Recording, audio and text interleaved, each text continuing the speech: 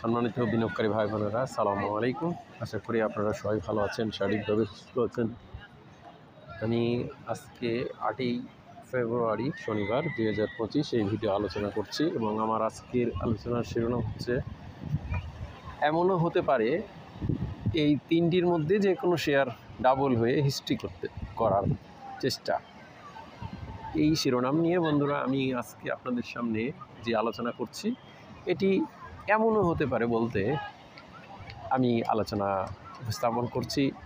আপনারা তার মানে অবশ্যই বুঝতে চেষ্টা করবেন যে এমনও হতে পারে যে শেয়ার তিনটি তাদের বর্তমান অবস্থান এবং ইপিএস আসার পর Q2 শেয়ারগুলো ডাবল হওয়ার সম্ভাবনাকেও কিন্তু বলা যাবে না, হতেও পারে বা নাও হতে পারে, এমনটিও বিষয়টি নিয়েই আমি আজকে আলোচনা করছি। তার মানে কিন্তু এটা নয় যে তিনটি শেয়ার ডাবল হবে বা হতে পারে। আমরা অনেকেই আশা করতে পারি, সেই আশা পূরণ হতেও পারে নাও হতে পারে। তার মানে যে সেটাই আমি আলোচনা করছি সেটা নয়। তো বন্ধুরা, আমার আজকের আলোচিত শেয়ার তিনটির মধ্যে প্রথম শেয়ারটি হচ্ছে স্কয়ার নিট। এই স্কয়ার নিট শেয়ারটি আমরা দেখেছি 8,46,124টি ভলিউম নিয়ে 1,88 লাখ টাকার শেয়ার ট্রানজ্যাকশন করে দিন শেষে 2 টাকা দাম বেড়ে 22 টাকা 40 পয়সা ক্লোজ প্রাইস ছিল। স্কয়ার নিট শেয়ারটি আপনারা লক্ষ্য করবেন যে শেয়ারটি Q2-তে গত বছরের তুলনায় এটা হিউজ পরিমাণে ইনকাম গ্রোথ আমরা দেখতে পেয়েছি। 28 পয়সা পজিটিভ এগেনেস্ট 59 পয়সা মাইনাসের এগেনেস্টে এই স্কয়ার নিট টেক্সটাইল সেক্টরের এই শেয়ারটি। তো বন্ধুরা, স্বাভাবিকভাবে এই মাইনাস ইপিএস থেকে বিশাল একটা পজিটিভ ইনকাম, তো সেই ক্ষেত্রে যে এই শেয়ারটির যে একটা বিশাল গ্রোথ এবং ফার্স্ট কোয়ার্টারে যেটা ছিল -7 পয়সা, সেইখান থেকেও কিন্তু পজিটিভ 28 পয়সা এসেছে। সুতরাং এই যে আমরা যে আজকে আলোচনা করছি এমনও হতে পারে, অনেক কিছুই হতে পারে। সেই হওয়ার বিষয়টি নিয়েই আমি এটা একটা আশা বা ভবিষ্যৎ সম্ভাবনাকে বিষয় নিয়ে আলোচনা, যে হতে পারে হবে এটা বলা যায় না, মানুষ আশা নিয়ে বেঁচে থাকে, তাই আমি এই রকম ভিত্তিতেই আজকের আলোচনাগুলো করছি। তো যেহেতু স্কয়ার নিট শেয়ারটি মাইনাস ইপিএস থেকে মাইনাসের গ্রোথ থেকে পজিটিভ এবং বিশাল পজিটিভ, সুতরাং এই সম্ভাবনাকেও কিন্তু বলা যাবে না যে হবে না, বা হবে সেটাও বলা যাবে না, হতে পারে।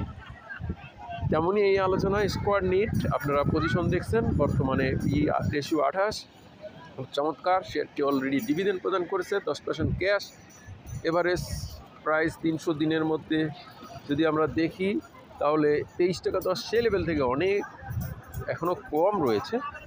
তো বন্ধুরা, স্কয়ার নিট টেক্সটাইল সেক্টরের এই শেয়ারটির পর আমাদের আজকের আলোচিত তৃতীয় শেয়ারটি আমি আপনাদেরকে আলোচনা করব।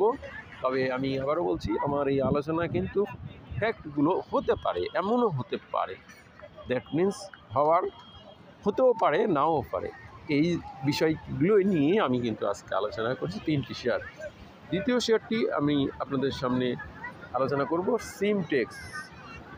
34,04,830টি ভলিউম নিয়ে 6,53 লাখ টাকার শেয়ার ট্রানজ্যাকশন করে দিন শেষে 1 টাকা 10 পয়সা বেড়ে 19 টাকা 50 পয়সা ক্লোজ প্রাইস ছিল। টেক্সটাইল সেক্টরের সিমটেক্স শেয়ারটি বর্তমানে পি রেশিও 15.98, যা খুবই চমৎকার। সেফটি, বিনিয়োগযোগ্য পি, লোন মার্জিন বলবৎ রয়েছে। 7,96 লাখ শেয়ার। আপনারা লক্ষ্য করুন, শেয়ারটির ফার্স্ট কোয়ার্টারে ছিল 28 পয়সা, সেকেন্ড কোয়ার্টারে 33 পয়সা। এছাড়া ফার্স্ট কোয়ার্টার থেকে সেকেন্ড কোয়ার্টারে তো বিশাল গ্রোথ আছেই। এছাড়া আমরা দেখতে পেয়েছি শেয়ারটির Q2 ও আমরা যেটা দেখছি সেটা গতবারের Q2 এর তুলনায় কিন্তু তাদের আর্নিং গ্রোথ বেড়েছে।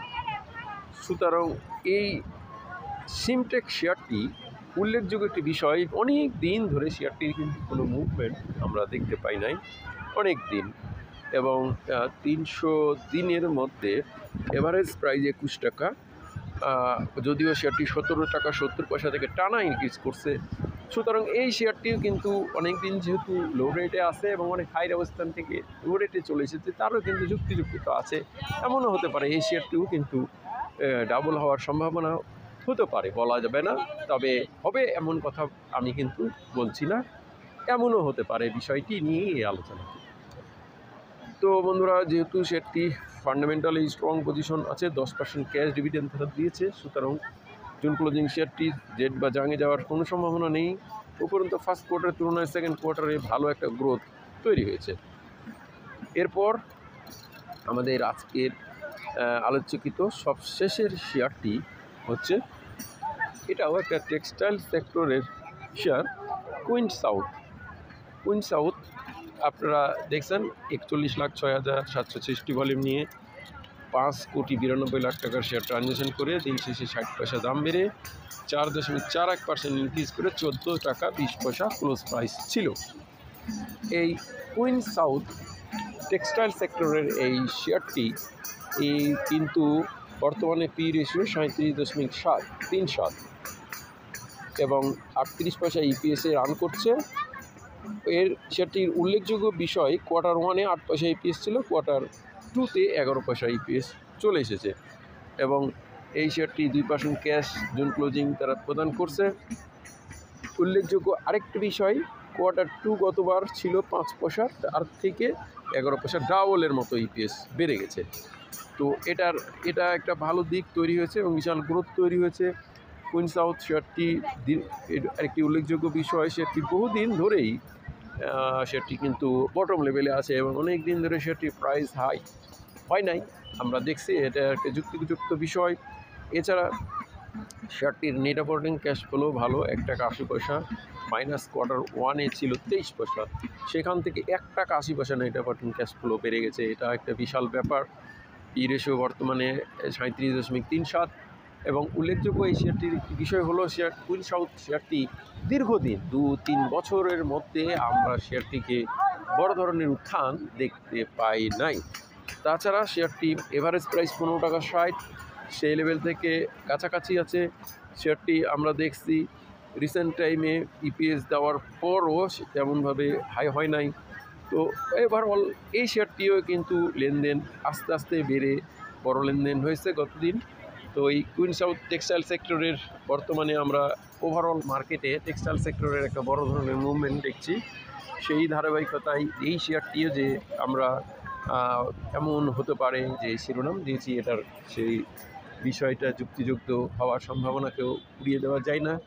এছাড়া আমরা যেহেতু আলোচনা করছি, এমনও হতে পারে এই 3টি শেয়ারে যে কোনো একটি ডাবলও হতে পারে। তো আমরা এই যে 3টি শেয়ারে আলোচনা করলাম, এই শেয়ারগুলো আমরা বাস্তবিকভাবে যেরকম পজিশন দেখতে পাচ্ছি, সেই শেয়ারগুলোই এই আলোচনা। বন্ধুরা, সবাই আবারও বলি, নিজে জেনে বেঁধে মিশিয়ে বুঝবে কাজ জন্য ক্লিক করবেন। আজকে ভালো থাকুন। আসসালামু আলাইকুম।